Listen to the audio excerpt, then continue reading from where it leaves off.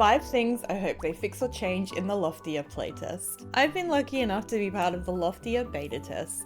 Overall, I found it super fun, enjoyable, adorable, and with a lot of potential. However, in the interest of giving honest and constructive feedback, I've decided to put this video together of 5 things that just don't feel quite right to me.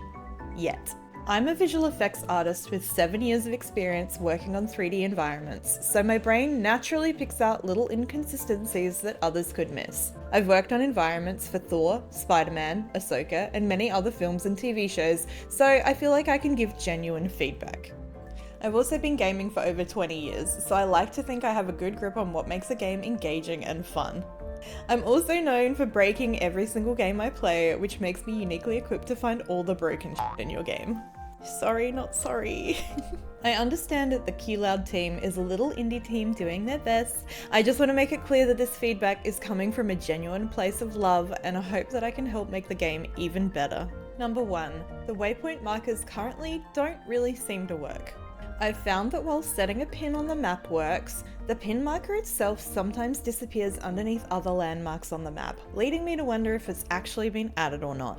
Then, when going back to the main screen, there's absolutely no indication of which direction to go to get to your pin. Going back to the map, you can kind of figure out where you need to go, but I think it would benefit from either a compass at the top of the screen or a different coloured quest pointer at your feet. Number 2, the tool wheel. I'm a big fan of a tool wheel, but in Loftia I've noticed that you can't be moving and have the tool wheel open at the same time. Opening the tool wheel while in motion causes you to abruptly stop, and having the tool wheel open means you're stuck in space until you've dismissed it. This may be by design, but I find that it makes it harder to quickly switch tools on the way to a resource, and it feels disruptive being forcibly stopped or stuck. I'm comparing this to something like Palia, where the tool wheel feels fluid, integrated, and not intrusive to your character's movement. I like the fact that you can add different items to the wheel, but if you're doing something like planting 20 different varieties of seeds, it can be annoying to have to add each thing individually to the wheel before being able to use it. This is perhaps a choice too, and could be an effort to have a more minimalistic inventory system, but I feel it adds way more clicks and visits to the inventory to be able to use the items you need. Number 3, fishing. Overall, I'm a fan of the fishing minigame. It feels a lot more unique than other fishing games I've seen, and it's the right level of stimulation. Not too brain dead and not too concentration heavy. I do think that the ripple fishing points are perhaps a little too small. While it's not super difficult, it's a little annoying missing the ripple by 3 pixels and having your character shake their head in disappointment like you're the biggest dumbass in the world. Stop it, I'm not trying to disappoint you. I think a slightly more forgiving approach would be less frustrating for majority of players and more accessible for those that have difficulty in aiming or reacting quickly enough to hit that teeny tiny little ripple. Number 4, repeated assets and assets that don't quite make sense. You can tell that some of the spaces in game have been created with a lot of care and effort, but on the flip side, other areas look like they've been put together without the same thought or intention. Giving these areas a bit more TLC would go a long way to making the environment seem a lot more believable and lived in. There are some areas that don't seem practical or efficient.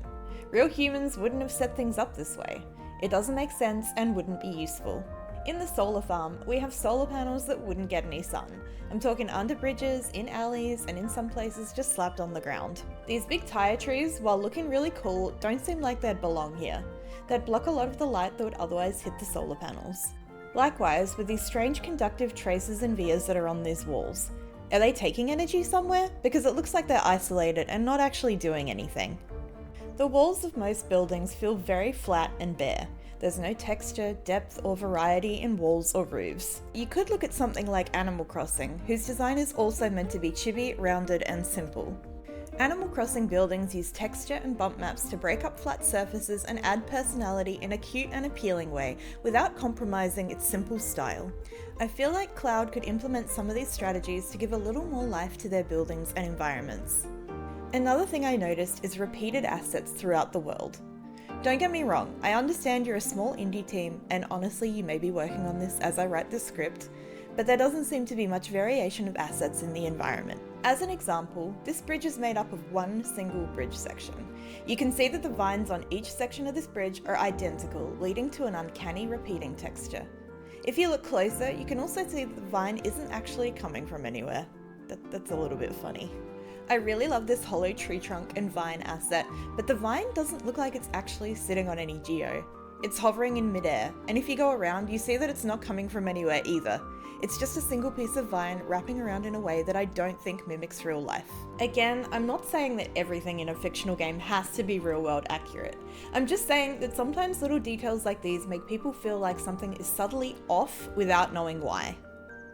These houses are very obviously just the same copy-pasted asset done in different colours. Don't get me wrong, I'm not expecting each asset to be an entirely different model, but a bit more breakup and variety would go a long way. If this sounds really pedantic, maybe it is. But for me, this kind of thing is noticeable and breaks my immersion. I will say that the gridful area of the map is way more developed and polished than either the Loftia City or the Hanging Gardens. It's easy to see that this is where majority of the effort was spent, and this zone doesn't suffer many of the problems I just spoke about. The buildings are broken up better, it has a charming, cluttered feel, and the textures are way more specialised and well thought out. In short, more of this please. The game is still in beta, so I'm assuming some of these areas are still in development, and I'm looking forward to seeing how they get improved in the final release. Moving on, I feel like there's some scaling issues inside the player house. The windows are way too tall for your character, the door frames are huge, and the ceilings are really high. It feels a little bit like you're in a dollhouse with tiny furniture. The front door seems to be about the right height for our character, while all the other door frames in the house are 3 times the height of us. I totally understand that this could have been done intentionally so the housing doesn't feel claustrophobic or pokey to navigate your camera around, but personally, I just find it really distracting.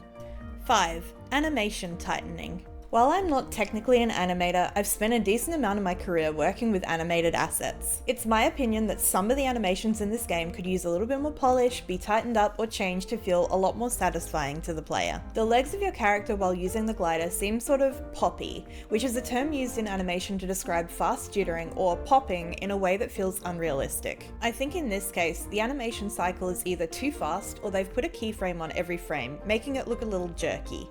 I think smoothing this out and slowing it down would look a lot more believable. Looking at this animation from Fortnite, you can see the legs are moving much slower and have a lighter, flowier animation cycle. The physics are honestly gorgeous, and yes, I know I'm a giant nerd. The running animation, similarly, seems way too fast and not fluid at all. Perhaps lengthening the stride from a jerky trot into more of a fluid sprint or canter could help here. I know having a fast movement speed with a shorter character can be difficult, and even some classes in World of Warcraft suffer from this problem, but to me, this run cycle seems a little awkward and just not quite right yet. The collection animation when you're picking up an item or charging your battery pack seems locked to the top half of your character, while movement is a part of a different walk cycle. This leads to a strange mismatch and stretching between top half and bottom half of your character. Hopefully this feedback doesn't sound too harsh. The cozy SolarPunk style is great and I've genuinely been having a lot of fun. Overall, the game is amazing and I highly recommend picking it up when it releases in full. I love how cute everything is, except for Squished Kun. Please fix that.